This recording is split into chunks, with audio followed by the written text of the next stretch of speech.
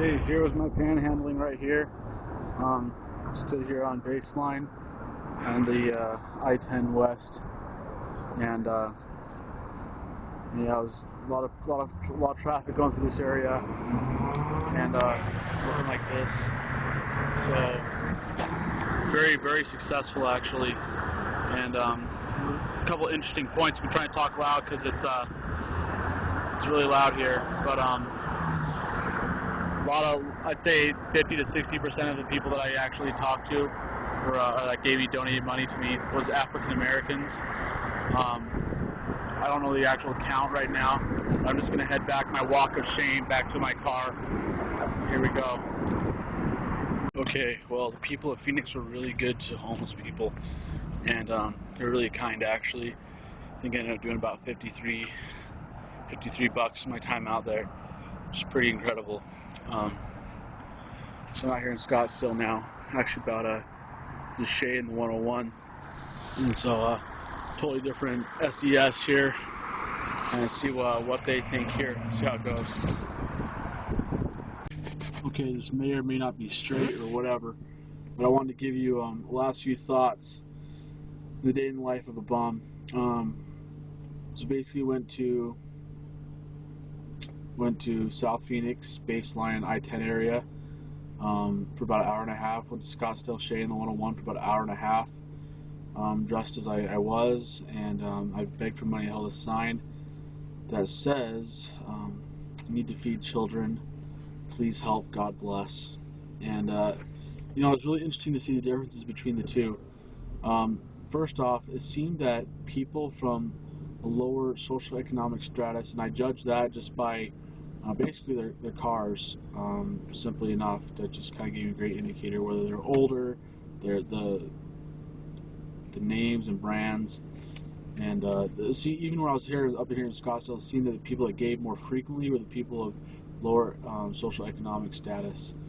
Now, the interesting thing though, I'm not saying that the people of higher economic status didn't give any, but it seemed that they actually gave more. I got a lot more 10s, 5s, and I actually got 20 from one lady, and they were all from the higher economic status. Did 45 in Scottsdale and did 53 in Phoenix. A couple things that I did want to just kind of throw out there, just some general thoughts. The day was hard. As I was walking out of my car, I seriously, it was like shameful. It was like the walk of shame. Like I'm a pretty confident person, but I just felt like really shameful. I'm like, wow, I can't believe I'm doing this, and I just try to empathize with the people's situation that I was portraying, and it was pretty difficult.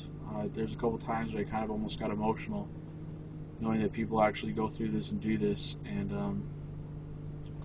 it was interesting what people actually said to me. There was just for some of the good things, you know, several times, like this one time, this guy came up and he had a really old car, really beat up, and he stuck out a couple bucks through the window. He's like, man, he's like, I'm struggling right now, but even I can give up a couple bucks. Good luck, man. And I thought that was pretty sweet.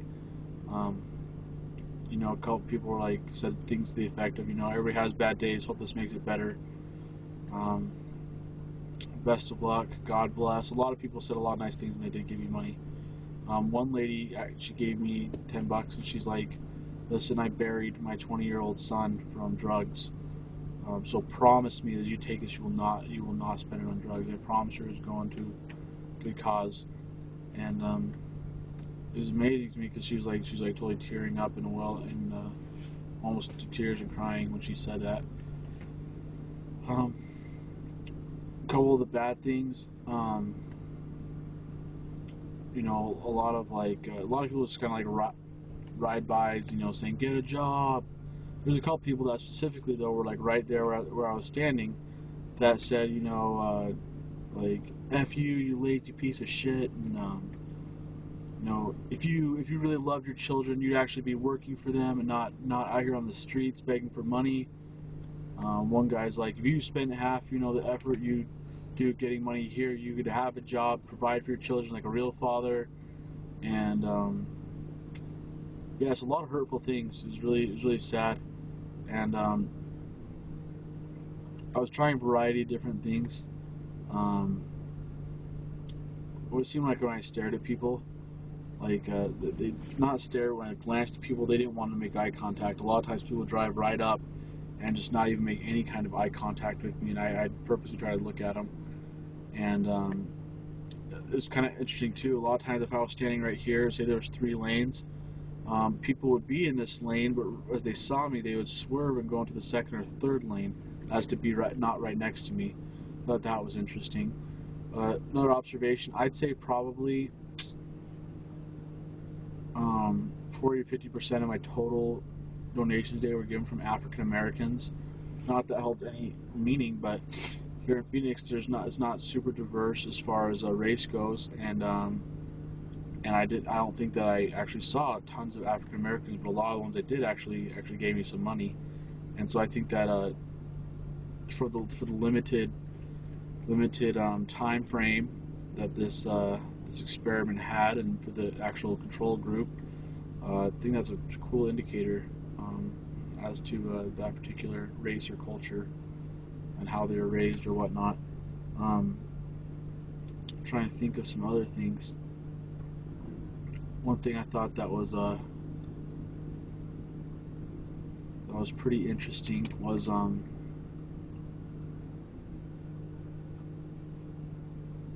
I'm drawing a blank here. These are just kind of thoughts anyway, but the more will come as I go. I just wanted to get a couple out there before I did forget them. So until next time. More things that I wanted to say about the day in the life of the bum, and was the bystander effect. It was pretty amazing. I'd say probably like 9 out of 10 times, if one person gave like a donation or gave me money, somebody else would. And so it's kind of like the bystander effect of like nobody really wants to do anything about the situation, but when somebody does, other people get more brave and they actually do something about the situation as well. And it was like super clear. So there's a couple occasions where once one person did it, like another and another. So like I get like 3 donations once one person actually jumped on the bus. And I thought that was really interesting. Also, there was about 5 minutes left in the Scottsdale area, and a police officer pulled up and told me to leave. So that I lost about 5 minutes in the Scottsdale area. So it's possible that I could have got enough donations in that 5 minutes to surpass Phoenix, but overall it's pretty even.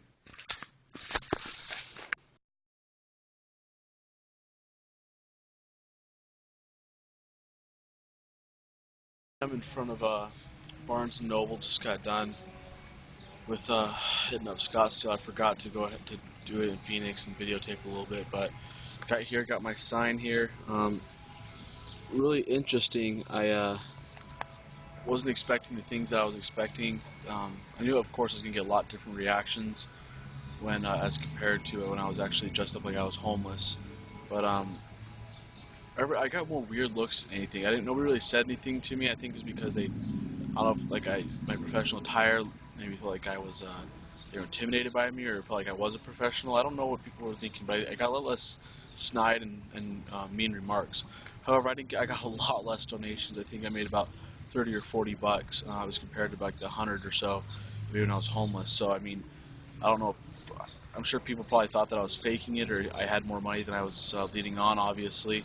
Um, but it was definitely a different experience, and a lot different than I was expecting. I didn't know what to really expect, but I don't think I felt as miserable or down on myself as I did this time. I think that I portrayed a lot more confidence just because of what I was wearing. Um, I did notice something else though that was consistent with the last time, was the bystander effect. Seeing when people did give, they gave again, and so I thought that was kind of interesting to note. Or when one person would give, and if someone else saw them, they would also give. And so it was pretty cool. Learned a lot. I'm really looking forward to doing this again.